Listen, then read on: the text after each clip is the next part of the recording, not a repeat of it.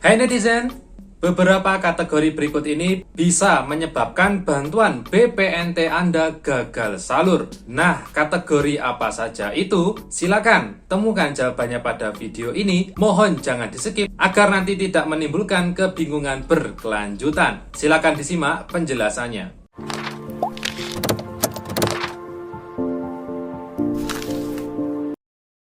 Assalamualaikum warahmatullahi wabarakatuh. Salam sejahtera bagi kita semuanya. Bagi Anda yang setia menonton video Hariska Vlog, saya doakan mudah-mudahan Anda semua diberi kesehatan, dilancarkan rezekinya, dipermudah segala urusannya, dan tentunya semoga semuanya semakin sukses. Bagi Anda yang barusan gabung di channel Hariska Vlog, saya ucapkan selamat datang dan terima kasih banyak sudah meluangkan waktu untuk mendengarkan penjelasan kali ini. Dan bagi Anda yang barusan gabung juga, apabila belum menekan tombol subscribe-nya, silakan ditekan dulu tombol subscribe-nya. Diaktifkan juga notifikasi loncengnya, agar nanti Anda tidak ketinggalan informasi saat saya mengupload video update terbaru. Baik, saatnya kita sekarang masuk ke topik pembahasan kali ini.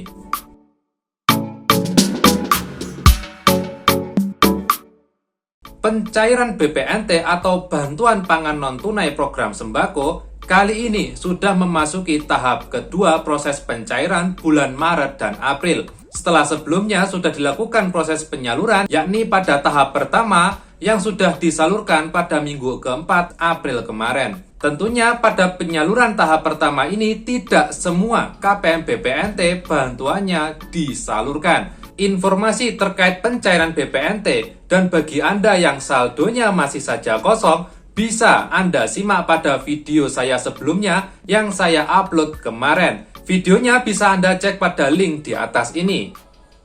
Nah, sebelum saya membahas tentang beberapa kategori penyebab tidak bisa tersalurkannya bantuan BPNT ini, bagi Anda yang bantuan BPNT-nya hingga saat ini masih saja belum cair, mungkin saja masuk di pencairan tahap kedua yang proses penyaluran BPNT-nya juga masih dalam proses hingga saat ini.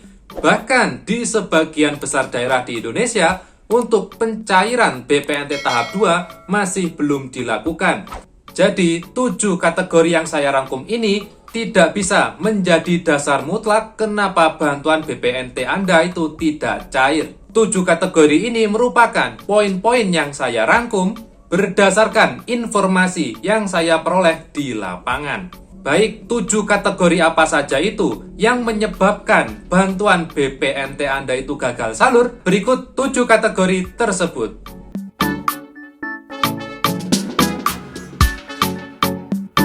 Yang pertama, data penerima bermasalah atau data tidak valid. Ada banyak faktor yang mengakibatkan kenapa data penerima BPNT ini tidak valid. Bisa jadi karena NIK-nya ganda, NIK-nya terindikasi sama dengan NIK orang lain, nomor KK tidak valid, data belum padan dengan Dukcapil, dan lain sebagainya. Permasalahan data tidak valid ini sebenarnya bisa diatasi atau bisa diperbaiki, seperti yang sudah dilakukan oleh rekan-rekan pilar-pilar sosial sejak bulan Januari kemarin hingga bulan April ini. Bahwasanya pilar-pilar sosial baik SDM PKH, TKSK, dan operator 6NG sudah melakukan perbaikan-perbaikan data kepada data-data penerima yang bermasalah. Jadi apabila ada data Anda yang bermasalah dan data Anda belum bisa diselesaikan permasalahannya atau belum padan dengan Dukcapil, maka kemungkinan besar untuk bantuan BPNT-nya masih belum bisa disalurkan pada tahap ini. Kategori yang kedua yakni KPM penerima BPNT meninggal dunia. Dalam kasus KPM BPNT yang meninggal dunia, sebenarnya masih bisa menerima bantuan sosial asalkan yang bersangkutan memiliki ahli waris. Apabila yang bersangkutan tidak memiliki ahli waris, misal contoh lansia tunggal yang bersangkutan sebelumnya penerima BPNT aktif, berikutnya yang bersangkutan meninggal dunia, maka bantuan BPNT-nya bisa saja terhenti. Poin yang ketiga yakni rekening pasif atau dorman. Rekening pasif atau dorman juga mempengaruhi bantuan sosial. Misal yang bersangkutan disaluri bantuan sosial oleh pemerintah, lalu yang bersangkutan tidak melakukan transaksi atau tidak mengambil bantuannya sama sekali pada jangka waktu tertentu, biasanya lebih dari 3 bulan. Apabila hal tersebut terjadi, bisa saja dana yang sudah disalurkan akan kembali lagi ke kas negara. Dan rekening penerima tersebut bisa saja terblokir secara otomatis. Maka dari itu, agar hal ini tidak terjadi, saat Anda mendapatkan bantuan sosial, segera dilakukan transaksi atau pengambilan bantuan sosial. Kategori keempat, yakni penerima BPNT, sudah dikategorikan mampu atau sejahtera. Banyak dialami kasus bahwasanya sebelumnya yang bersangkutan merupakan penerima bantuan sosial aktif. Berikutnya, karena suatu hal, yang bersangkutan sudah mengalami perubahan kondisi sosial ekonomi dari yang sebelumnya prasejahtera menjadi sudah sejahtera. Bisa jadi karena mendapat warisan, mendapat undian, atau bisnisnya sudah semakin sukses.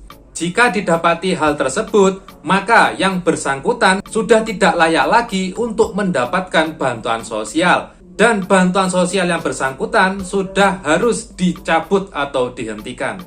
Kategori kelima yakni KKS disalahgunakan. Hal yang mungkin saja terjadi yakni kartu KKS atau kartu keluarga sejahtera yang biasa digunakan untuk mengambil bantuan sosial, itu kartunya disalahgunakan.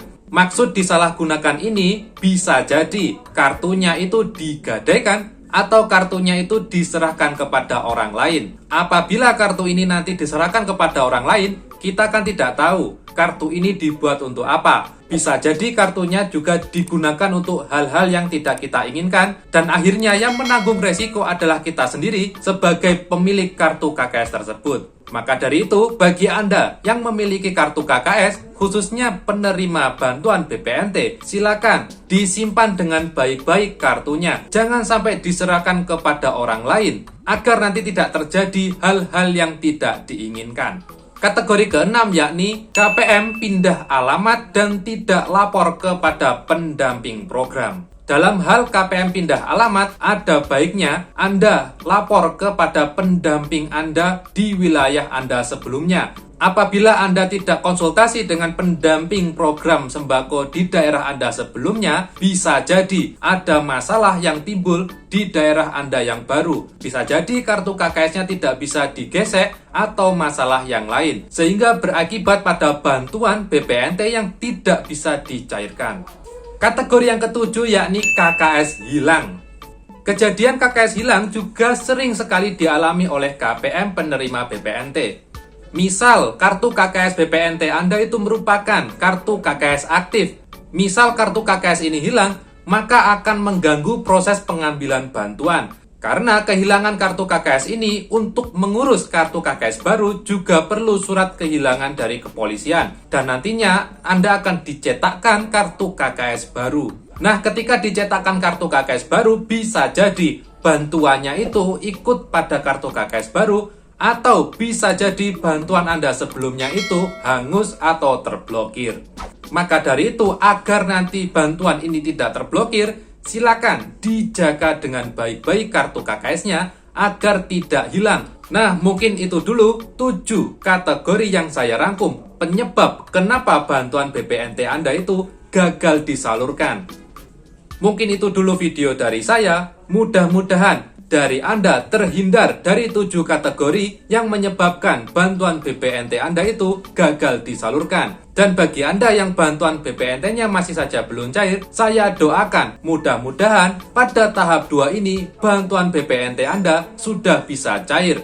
Nah, mungkin itu dulu informasi yang bisa saya berikan. Mohon maaf kalau ada kesalahan kata. Ketemu lagi di video saya berikutnya. Saya Haris undur diri dan wassalamualaikum warahmatullahi wabarakatuh.